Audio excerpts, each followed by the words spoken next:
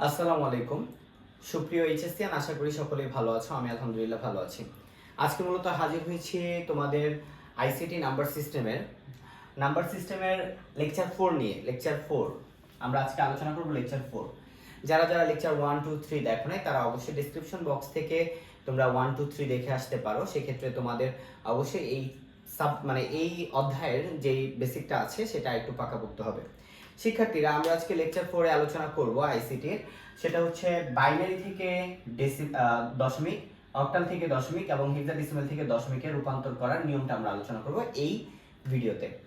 তোমরা জেনে খুশি হবা যে আসলে এই যে তিনটা পদ্ধতি আছে, এই তিনটা পদ্ধতিকে দশমিকে যাওয়ার নিয়ম আবার সেম।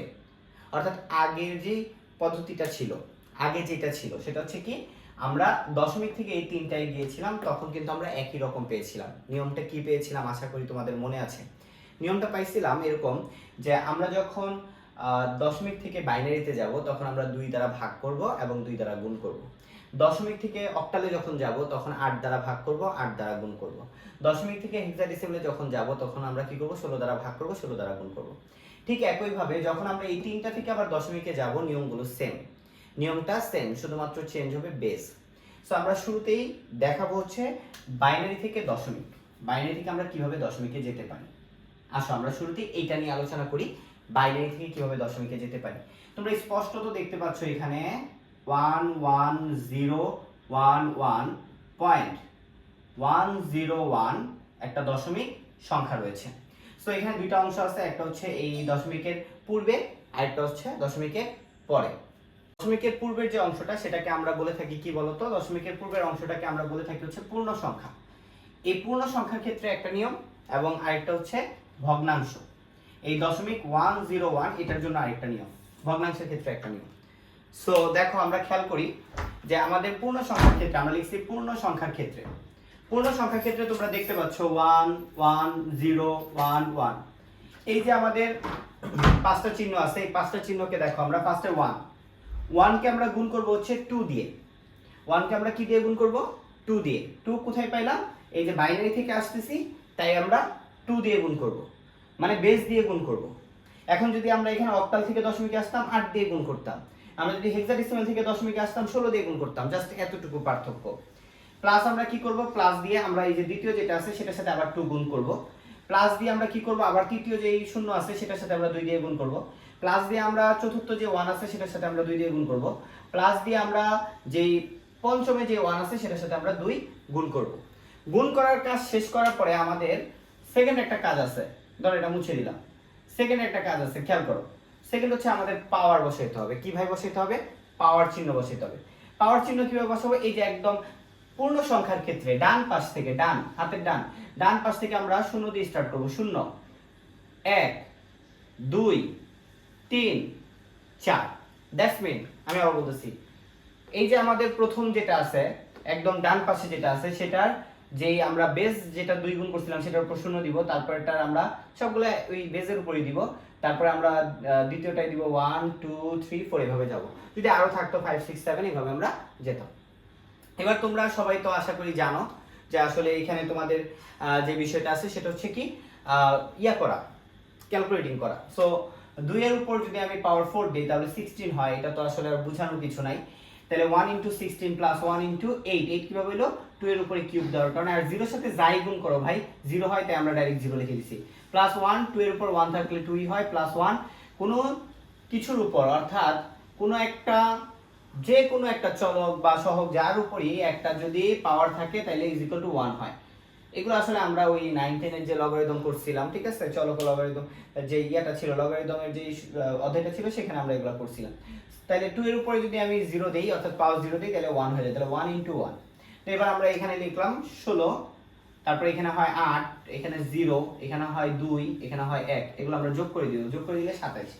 তাহলে পূর্ণ সংখ্যার ক্ষেত্রে আমাদের যেই 11011 বাইনারি = আমাদের বের হয়ে যাচ্ছে 27 দশমিক, অর্থাৎ এটার সমতুল্য হচ্ছে 27। আশা করি তোমরা এই বাইনারি থেকে দশমিকের নিয়মটা বুঝতে পারছো। এবার আমরা ভগ্নাংশের ক্ষেত্রে আমাদের আরেকটা অংশ কিন্তু পড়ে আছে 0.101। তাহলে 0.101 কে আমরা ঠিক আগের মতো দেখো 1 এর সাথে 2 গুণ করব, প্লাস 0 এর সাথে 2 গুণ করব, প্লাস 1 এর সাথে 2 গুণ করব। সবগুলা গুণের পরে কাজটা কি দেখো, আমরা যেহেতু পূর্ণ সংখ্যার ক্ষেত্রে ডান থেকে আমরা বাম দিকে গেছি 0 1 2 3 দিয়ে, আমরা এই ক্ষেত্রে কি করব দেখো, এই ক্ষেত্রে আমরা পাওয়ার দিব। তবে দেখো এই ক্ষেত্রে আমরা শুরুতে বাম একদম যেটা শুরু সেখান থেকে আমরা পাওয়ার স্টার্ট করব, এবং পাওয়ার কিভাবে দিব, ইনভার্স দিয়ে। অর্থাৎ আমরা এই শুরুতে দিব -1 পাওয়ার, -2 -3 ইনভার্স দিলাম। তাহলে আমরা কি লিখলাম, 1 * 2 ইনভার্স 1 পাওয়ার দিয়ে, তারপর হচ্ছে 2 ইনভার্স 2, তারপরে 2 ইনভার্স 3। আমরা এখানে ইনভার্সের কাজ করছি। আশা করি যে ইনভার্সের যে বিষয়টা সেটা তোমরা জানো। কোন একটা সংখ্যা মনে করো এরকম x এর উপরে মনে করো ইনভার্স আছে, মনে করো কিউব, তাহলে দেখো উপরে অটোমেটিক্যালি 1 চলে আসবে, এবং x দেখো x উপরে অটোমেটিক্যালি 1 চলে আসবে, x যেটা ইনভার্স আকারে আছে যেই পাওয়ারটা সেটা উপরে এখানে আমরা দিয়ে দিব। অর্থাৎ এখানে যাই থাকুক, -5 থাকলে এখানে x⁵ হইতো, -6 থাকলে এখানে x⁵ হইতো, আর উপরে 1 হইতো। ইনভার্স মানে হচ্ছে উল্টায় দাও। সো এটার কাজ তো তোমরা বুঝতেই পারো। তাহলে সেই ক্ষেত্রে আমরা এখানে উল্টায় দিলাম, যেহেতু 2 এর পর 1 আছে, এই 2 এর পর 1 আমরা দিলেও যা না দিলেও তা, আর এই 1টা উপরে চলে আসছে। 0 + 1 * 1 এর উপর আমরা 2 কিউব দিছি, কারণ কি আমরা একটু আগে দেখাইছি যে ইনভার্সের কাজটা কি। তাহলে এখানে 1 এর সাথে এটা গুণ করলে হাফ, প্লাস 0 চলে গেল, এটার সাথে করলে 1/8। এবার আমরা ক্যালকুলেটর চাপবো। ক্যালকুলেটর চেপে আমরা দেখব 1 কে 2 দিয়ে ভাগ করলে 0.5, এবং 1 কে 8 দিয়ে ভাগ করলে 1.25। এই দুটো আমরা যোগ করে দিব, 0.625 বের হয়ে যাবে। অর্থাৎ আমাদের 0.101 বাইনারি ইজ ইকুয়াল টু 0.625। আশা করি বুঝতে পারছো। এবার খেয়াল করো, এবার একটা জিনিস, সেটা হচ্ছে আমরা দুইটাকে একত্রে করব, এটা এবং এটা একত্রে করে আমরা মানটা লিখে দিব। আমাদের বাইনারিতে রূপান্তর কিন্তু হয়ে গেল। সো আশা করি তোমরা বাইনারিতে যে রূপান্তর সেটা বুঝতে পারছো। এখন আমরা যখন অক্টাল করব আর হেক্সাডেসিমাল করব, ভাই পার্থক্যটা কি, একটু পার্থক্যটা বুঝতে হবে। অক্টাল এবং হেক্সাডেসিমাল করার সময় পার্থক্যটা জাস্ট এতটুকুই, যখন অক্টাল করবা এটা কি 8 থাকবে না, তাহলে এই সবগুলা 8 দিয়ে গুণ করবা, যদিও সংখ্যা চেঞ্জ হবে। 8 দিয়ে গুণ করবা, সিস্টেম একই, পাওয়ার বসানোর সিস্টেম একই। এখানে তুমি 8 দিয়ে গুণ করবা, দশমিকের পরেরটা সিস্টেম কিন্তু একই, ঠিক আছে, পাওয়ারের বসানোর সিস্টেম একই। আর যখন হেক্সাডেসিমাল থেকে করবা, 16 দিয়ে গুণ করবা, 16 দিয়ে গুণ করে যোগ করে পাওয়ার বসানোর সিস্টেম একই, তারপর এটাও 16 দিয়ে গুণ করে যোগ করে পাওয়ার বসানোর সিস্টেম একই। এভাবে অ্যানসার বের করবা। সো আমরা দুইটা एग्जांपल দেখব, দুইটা एग्जांपल দেখলে আশা করি তোমরা পুরো জিনিসটা ক্লিয়ার হয়ে যাবে। একটা দেখব। সো আমরা এখন অক্টাল থেকে দশমিকে যাব, অক্টাল থেকে দশমিকে আমরা যাব। অক্টাল থেকে দশমিকে যেতে হলে আমরা প্রথমে একটা অক্টাল সংখ্যা লিখছি, এটাকে আমরা দশমিকে নিব। আমি ভাই এটা একটু ফাস্ট বুঝাবো, কারণ আগেরটা একটু ভেঙে ভেঙে বুঝিয়েছি, এটা একটু ফাস্ট বুঝাবো। সো এখানে দেখো 552 আছে, 452 আছে, 452 4 কে আমরা 8 দ্বারা গুণ করব। কেন, আমি বলে দিছিলাম যে বেস যা থাকবে তা দ্বারা গুণ করে করে যাবা। তাহলে 5 কে আমরা 8 দ্বারা গুণ করব, 2 কে আমরা 8 দ্বারা গুণ করব। এরপর আমরা প্লাসগুলো মাঝখানে দেওয়ার পরে পাওয়ার বসাই দিব, 0 1 2 বসায় আমরা এখানে ক্যালকুলেশন করে বের করলাম কত, এটা স্কয়ার করলে 64, এটা স্কয়ার করলে 8, এটা স্কয়ার করলে 8 এর উপর 0 স্কয়ার করলে ইজ ইকুয়াল টু 1। সো আমাদের সবগুলা করার পরে আমাদের বাইরে হচ্ছে 298 দশমিক, মানে আমাদের দশমিক সংখ্যা বেড়ে গেছে। তো ভগ্নাংশের ক্ষেত্রেও কিন্তু 1.475, এটাকে আমরা কি করব, 4 কে আমরা 8 দ্বারা গুণ করব, 7 কে আমরা 8 দ্বারা গুণ করব, 5 কে আমরা 8 দ্বারা গুণ করব। এরপর আমরা এই যে ইনভার্স দিয়ে পাওয়ারগুলো বসাই দিব, -1 -2 -3। তারপর আমরা এখানে দেখো 4 * 1/8 প্লাস 7 * 1/8 স্কয়ার প্লাস 5 * 1/8 কিউব। এখন দেখো এটা যেহেতু উপরের সংখ্যা, উপরে আমরা উঠাই দিলাম, তাহলে 4 উপরে উঠাই দিলাম, প্লাস 7 উপরে উঠাই দিলাম, 5 উপরে উঠাই দিলাম, এবং নিচে আমরা এখানে 8 পাচ্ছি, এখানে 8 স্কয়ার মানে 64 পাচ্ছি, এখানে 8 কিউব মানে 512 পাচ্ছি। সো আমরা এই জিনিসগুলো পাওয়ার পরে দেখো এখানে আমরা 4 কে 8 দিয়ে ভাগ করলে 0.5 প্লাস যা যা পাচ্ছি পয়েন্ট সেটা লিখলাম, এবং এগুলো যোগ করে আমরা পয়েন্ট এটা পাচ্ছি। তারপর আমরা এইটা এবং এইটা আমরা একসাথে সমন্বয় করে লিখে দিলাম। এটা ছিল আমাদের কি, এটা ছিল আমাদের অক্টাল থেকে দশমিক। এরপর আমাদের নেক্সট যে কাজ সেটা হচ্ছে আমরা হেক্সাডেসিমাল থেকে কোথায় যাব, দশমিকে যাব। এটা হচ্ছে আমাদের আজকের ক্লাসের লাস্ট টপিক। সো চলো সবাই হেক্সাডেসিমাল থেকে আমরা দশমিকটা শিখে ফেলি। একই নিয়ম, জাস্ট 16 দিয়ে গুণ করব, 16 দিয়ে আমরা গুণ করে পাওয়ারগুলো বসায় দিব। সো শিক্ষার্থীরা তোমরা দেখতে পাচ্ছ যে কি আমরা একটা হেক্সাডেসিমাল সংখ্যা লিখেছি, সেটা থেকে আমরা দশমিক সংখ্যায় রূপান্তর করব। প্রথমে পূর্ণ সংখ্যার ক্ষেত্রে এত ফর্মালি আর কিছু লিখলাম না, শর্টকাট লিখলাম। পূর্ণ সংখ্যার ক্ষেত্রে 7 2d ইজ ইকুয়াল টু আমরা লিখলাম 7 এর সাথে 16 গুণ। কেন 16 গুণ, কারণ হেক্সাডেসিমালের বেস হচ্ছে 16। তারপর হচ্ছে 2 এর সাথে আমরা এখানে গুণ করলাম 16। তারপরে দেখো এখানে d আছে, d এর সাথে আমরা, d মানে তো আসলে 13 তোমরা সবাই জানো, তাই আমরা 13 এর সাথে 16 গুণ করলাম।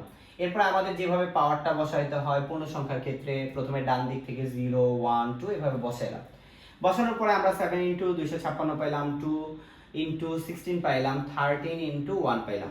সব কিছু করে আমরা এখানে পাইলাম 1837। তো আমাদের এটা সমান সমান 1837। সেম ওয়েতে আমরা আগে যেগুলো করছিলাম সেইভাবে আমরা পয়েন্ট 2d কে আমরা লিখলাম 2 ইন্টু 16, 2 ইন্টু কি 16। কেন আমরা 2 ইন্টু 16 লিখলাম? কারণ বেস হচ্ছে 16 plus 13, d is equal to 13, আমরা জানি d হচ্ছে 13 এর সমতুল্য, 13 ইন্টু 16।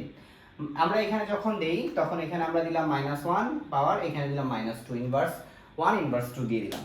এরপরে এগুলোর কাজ তো তোমরা সবাই জানো, সেক্ষেত্রে 2 ইন্টু ইনভার্সের জন্য 1/16 প্লাস 13 ইন্টু 1/16 স্কোয়ার, এবং এটা উপরে উঠে যাবে, 2 উপরে উঠে যাবে এবং 16 নিচে নেমে যাবে এবং 13 উপরে উঠে যাবে, 16 কে স্কোয়ার করলে 256 হয়। সো আমরা এই জিনিসগুলোকে কি করলাম? আমরা এই জিনিসগুলোকে ক্যালকুলেটিং করলাম। আমরা ক্যালকুলেটরে চেপে 0.125 এবং 0.051 আমরা করলাম এবং যোগ করার পর 0.176 আমাদের অ্যান্সার আসতেছে।